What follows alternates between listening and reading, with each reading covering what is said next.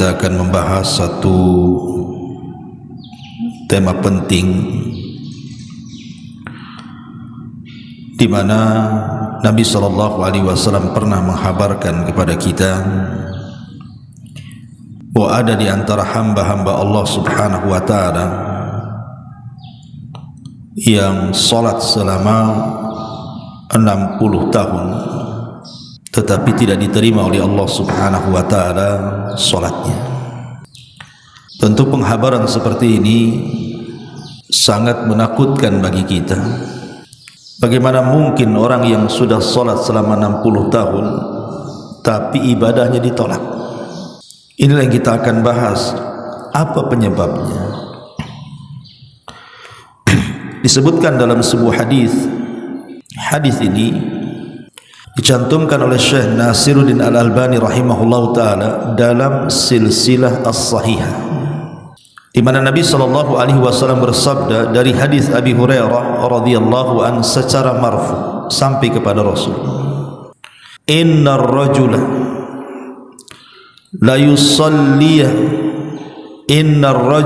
la yusalli sittina sanatan. Ada seseorang, kata Rasul, yang salat selama 60 tahun, wa ma tuqbalu lahu salatun, tapi tidak diterima salatnya sama sekali. Apa penyebabnya? Kata Nabi SAW, la'allahu yutimmu ruku'a wa la yutimmu sujuda wa yutimmu sujuda wa la yutimmu ruku'a. Penyebabnya adalah bisa jadi karena ia menyempurnakan rukuknya tapi tidak menyempurnakan sujudnya, atau sebaliknya dia sempurnakan sujudnya tapi tidak sempurna rukuknya. Subhanallah. Di sini Nabi SAW menghabarkan kepada kita bahwa ada orang-orang yang solatnya selama 60 tahun ditolak, tidak diterima sama sekali. Alasannya sepele. Dia hanya menyempurnakan ruku tapi tidak menyempurnakan sujud, atau menyempurnakan sujud tapi tidak pula dia menyempurnakan rukunya. Bahkan saya pernah melihat dengan kedua mata saya sendiri orang yang solat itu terlampau cepat. Ketika dia sujud, kakinya terangkat. Harusnya kaki itu tertancap di bumi, karena ujung kaki itu bagian daripada arkan sujud, rukun-rukun sujud. Rukun sujud itu kan 7. Kedua tangan, kedua lutut, dan kedua ujung kaki, kemudian dahi dan hidung. Itulah rukun sujud namanya. Ketika anda sujud kemudian kakinya naik ke atas, artinya tidak menyempurnakan sujudnya. Atau ketika ruku kemudian terlampau bawah, atau mungkin terlampau atas, tidak sejajar, itu pun tidak menyempurnakan rukunya.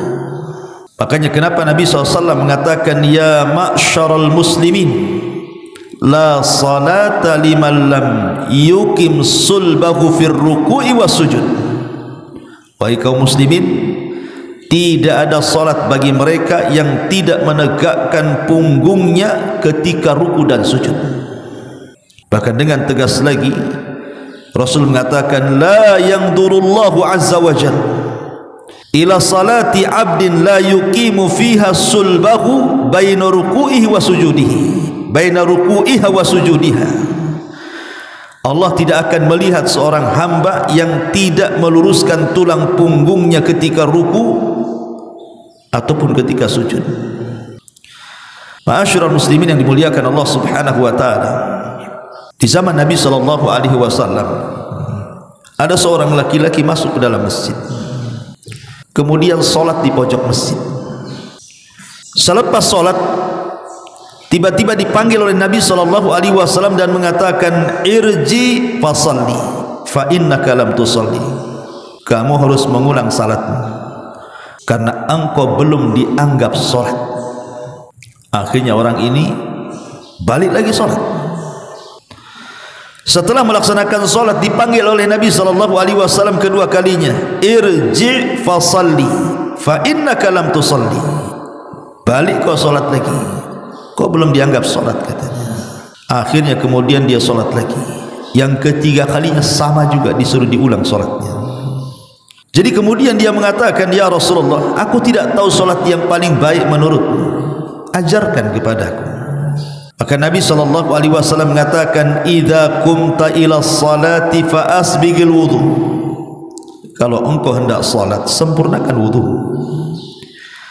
Thumma istaqbil al-qiblata, arahkan wajahmu ke kiblat. Fakabbir, kemudian bertakbirlah. Waqra bima tayassara ma'aka minal Qur'an, bacalah yang mudah dari Al-Quran yang kau hafal. Summarka' hatta tatma'inna raqi'ah, kemudian rukulah sampai kau merasa tumakninah dengan ruku itu.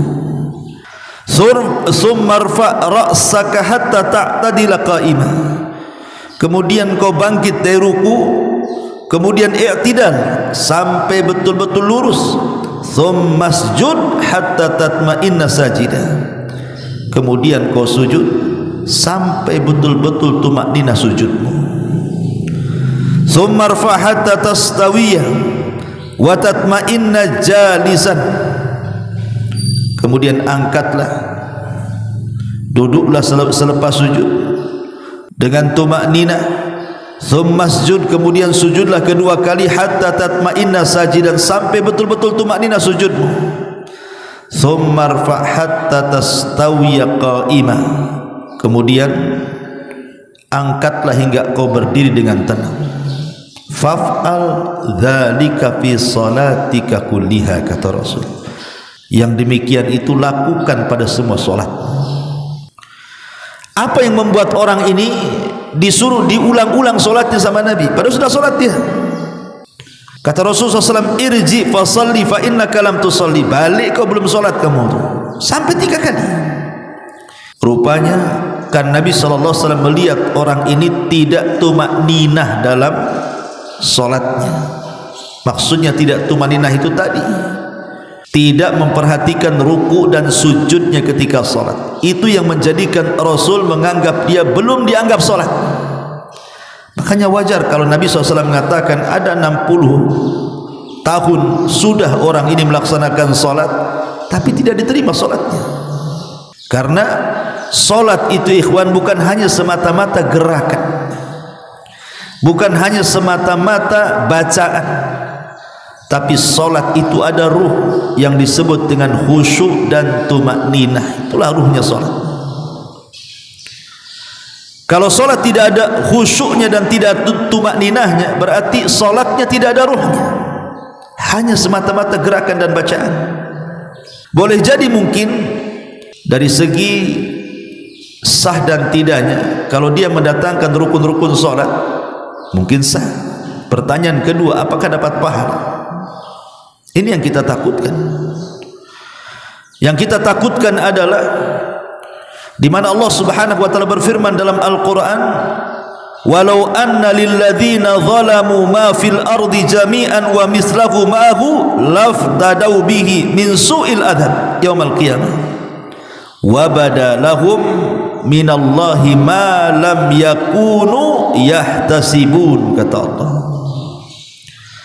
Dan sekiranya orang-orang zalim itu mempunyai segala apa yang ada di bumi dan ditambah lagi sebanyak itu, niscaya mereka tidak akan sanggup menembus diri mereka dari azab Allah kelak pada hari kiamat.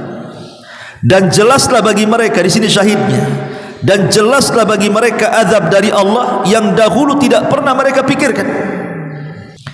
Jadi ada orang-orang yang ketika melakukan sesuatu yang dianggap baik, mereka tidak terfikir bahwa itu justru mendatangkan azab.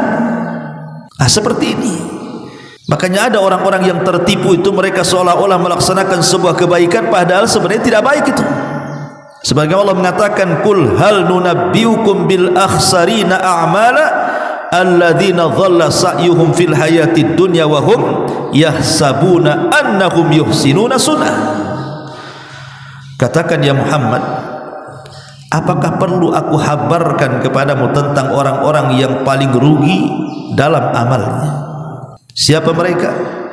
Orang-orang yang sia-sia perbuatannya dalam kehidupan dunia, sedangkan mereka mengira mereka telah berbuat baik sebaik-baiknya. Amilatun nasibah tasla naran hamiyah. Ada orang yang lelah letih beribadah, ujung-ujungnya masuk neraka. Fawailun lil musallin. Celaka bagi orang yang salat, alladzina hum an salatihim sahun, yang lalai dalam melaksanakan salatnya. Ma'asyiral muslimin yang dimuliakan Allah Subhanahu wa taala, maka setelah saya paparkan beberapa riwayat ini, maka hendaklah orang itu memiliki perhatian khusus dengan salat ini. Karena salat itu masalahnya ikhwan, ibadah terbaik setelah syahadat. Bahkan di mata para sahabat tidak ada satu ibadah yang ditinggalkan bisa tarafnya sampai kepada kekafiran melebihi salat. Itu di mata para sahabat, tidak ada satu ibadah yang kau ditinggalkan bisa kafir itu kecuali salat. Lah makanya kemudian para sahabat itu memiliki perhatian khusus dengan salat itu. Sampai Abu Bakar Siddiq radhiyallahu an dikisahkan saat Nabi SAW sedang sakit, apa kata Nabi SAW kepada Aisyah radhiyallahu anha? Ya Aisyah, muru Abu Bakrin bi an yusalliya bin nas. Perintahkan bapakmu Abu Bakar gantikan aku menjadi imam salat. Kata Aisyah, jangan, Umar saja. Kenapa Aisyah radhiyallahu anha mengatakan seperti itu? Dia mensifati ayahnya. Ya Rasulullah, innahu rajulun bakal. Bapakku ini orang kalau sudah salat katanya lebih banyak menangis dibandingkan bacaannya. Kata Aisyah radhiyallahu anha, bapakku ini kalau sudah salat, maksudnya Abu Bakar Siddiq radhiyallahu anhu, lebih banyak menangisnya dibandingkan bacaannya. Tidak mungkin orang menangis dalam salat kecuali karena khusyuk. Makanya Nabi SAW apabila tegak salat menangis itu seperti air yang direbus suaranya. Begitu juga Umar bin Khattab dan semua para sahabat. Oleh karena itulah maka satu-satunya amalan yang bisa menegakkan agama dan dengan amalan ini terpisahkan mana mukmin mana kafir adalah salat. Rasul yang mengatakan al-ahdu bainana wa bainahum as-salatu faman tarakaha faqad kafar. Perbedaan kita lah dengan orang kafir itu salat. Maka siapa yang meninggalkan salat dia bisa kafir. Masalahnya tidak semua orang yang salat itu diterima. Perhatikan ucapan Abdullah bin Abbas radhiyallahu anhu. Dia mengatakan, aku pernah mendengar Nabi SAW bersabda, rubba sa'imin hadduhu min siyamihi illal ju' wal aks, wa rubba qa'imin, kata beliau, hadduhu min qiyamihi as-sahar.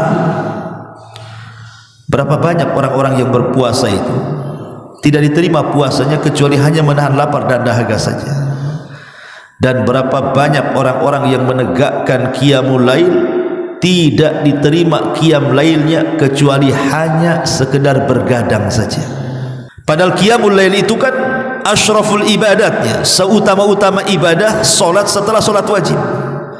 Tapi Abdullah bin Abbas radhiyallahu anhu mengatakan betapa banyak orang-orang yang solat malam tidak diterima solatnya, hanya dianggap bergadang. Coba bayangkan. Bahkan semua ibadah juga kurang lebih seperti itu. Ibnu Umar radhiyallahu anhu pernah duduk bersama Umar bapaknya di padang Arafah. Kemudian Ibnu Umar takjub dengan ribuan jemaah haji yang datang ke Arafah itu. Banyak sekali. Apa kata Ibnu Umar radhiyallahu anhu kepada ayahnya? Ma aktsarul hujjaz, katanya. Alangkah banyaknya orang yang haji dari mana-mana datang, katanya. Apa kata Umar? Yang haji memang banyak, dia bilang. Al-hujjaj katsirun, yang haji memang banyak. Tetapi yang karena Allah itu sedikit, katanya. Yang haji itu banyak, tapi yang karena Allah itu sedikit. Sebagaimana perkataan ini diucapkan oleh Abdullah ibn Mubarak, ar-rukbu katsir wal hajj qalil, katanya. Orang yang datang ke Mekah untuk haji itu banyak, tapi yang haji betul-betul karena Allah itu sedikit sekali. Lah dalam ibadah apapun seperti itu, yang sholat banyak Tapi yang ikhlas dalam solatnya itu sedikit. Yang memperhatikan rukunnya, memperhatikan tumakninahnya, memperhatikan khusyuknya itu hanya sedikit sekali.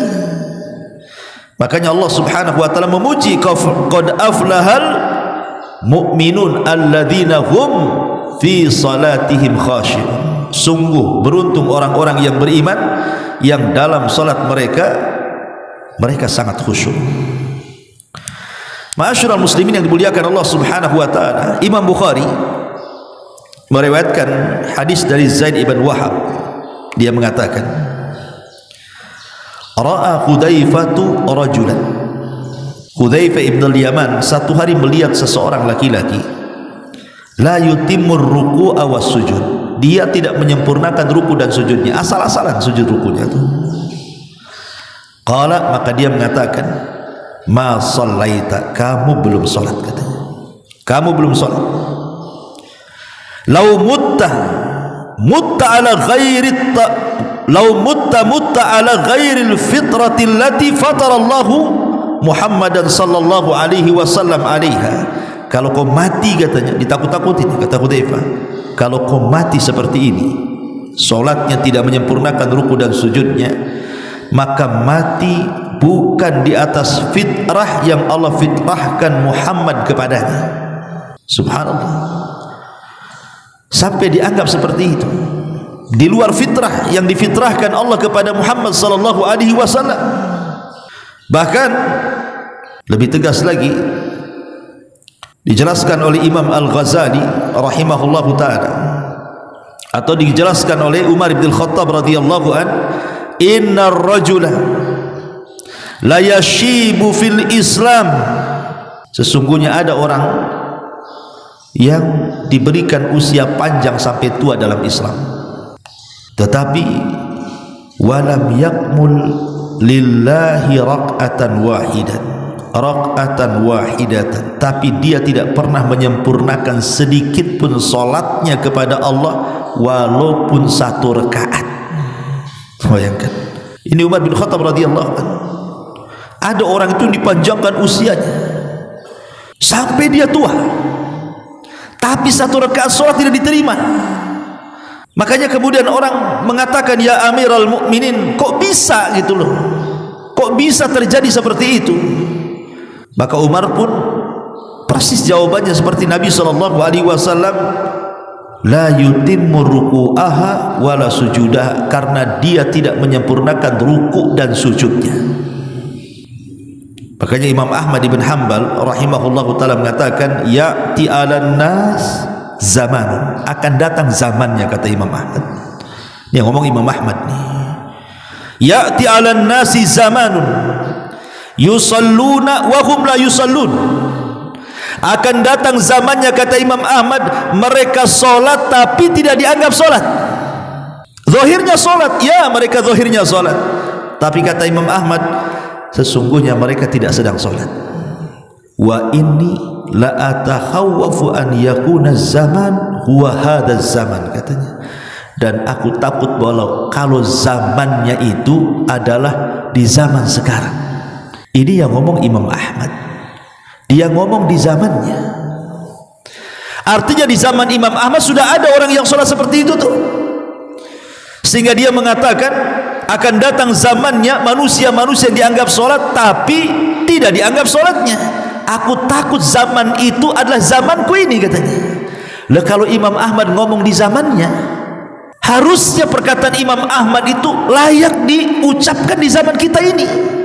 Kita lihat coba orang-orang yang sholat tarawih yang 10 menit 23 rakaat itu, cemana mereka ruku sujudnya? Gimana caranya ruku dan sujudnya orang-orang yang sholat kilat, bukan kilat saja, kilat khusus lagi, kilat khusus, cepat sekali. Berapa menit? 10 menit ya, 7 menit lagi, 7 menit. Mungkin kalau seandainya mereka bisa mempercepat, mungkin dibuat 5 menit tuh. Itu bukan rekor muri lagi, di atas muri lagi tuh ya. Pertanyaannya, macam mana sujudnya, macam mana rukunya?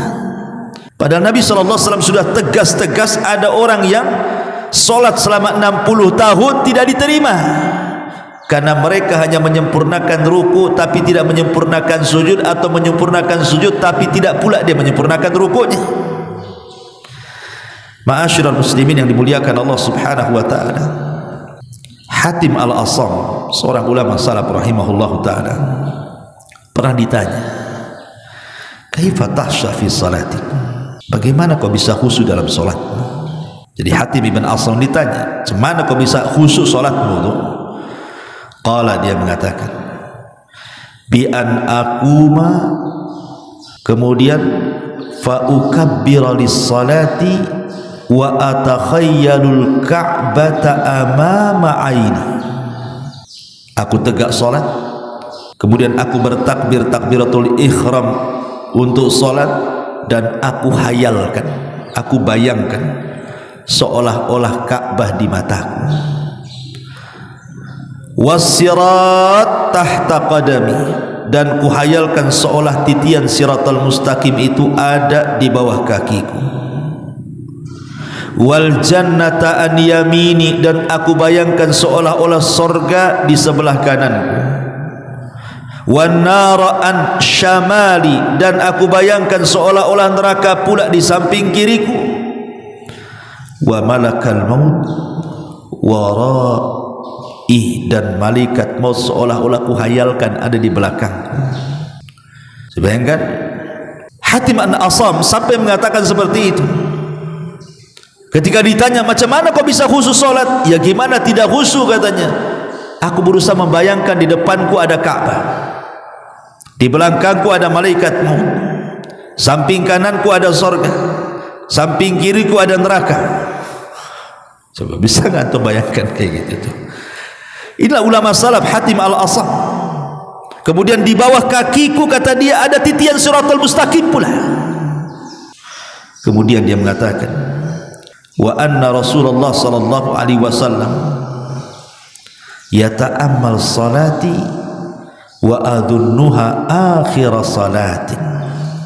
Dan sesungguhnya Rasulullah subhanahu wa ta'ala, maksudnya para malaikat, mereka sedang memandang-mandang solatku, sehingga aku meyakini jangan-jangan ini pula akhir daripada solatku, dan aku tidak mungkin solat setelah ini. Itulah Hatim Al-Asam, bagaimana beliau menggambarkan tentang khusyuknya solat. Tapi tidak semua ulama kalau ditanya mau jawab. Seperti umpamanya Tamim ibn Aus Ad-Dari radhiyallahu an, sahabat yang pernah berjumpa dengan Dajjal. Satu-satunya sahabat yang pernah berjumpa dengan Dajjal itu cuma Tamim ibn Aus Ad-Dari radhiyallahu an. Rasul aja tidak pernah ketemu sama Dajjal, tapi dia ketemu pula. Makanya Rasul bisa menceritakan tentang Dajjal dari siapa? Dari Tamim ibn Aus Ad-Dari ini, karena dia dulunya Nasrani. Kemudian naik perahu dengan 30 awak, terhempas gelombang, kapalnya tersandar di hutan, kemudian masuk hutan, rupanya berjumpa dengan Dajjal pula di situ. Dengan binatang yang berbulu yang tidak tahu apakah jantan atau betina, karena bulu semuanya. Rupanya binatang itu jassasah, mata-matanya Dajjal. Makanya hadisnya disebut hadis jassasah, dikeluarkan Imam Muslim.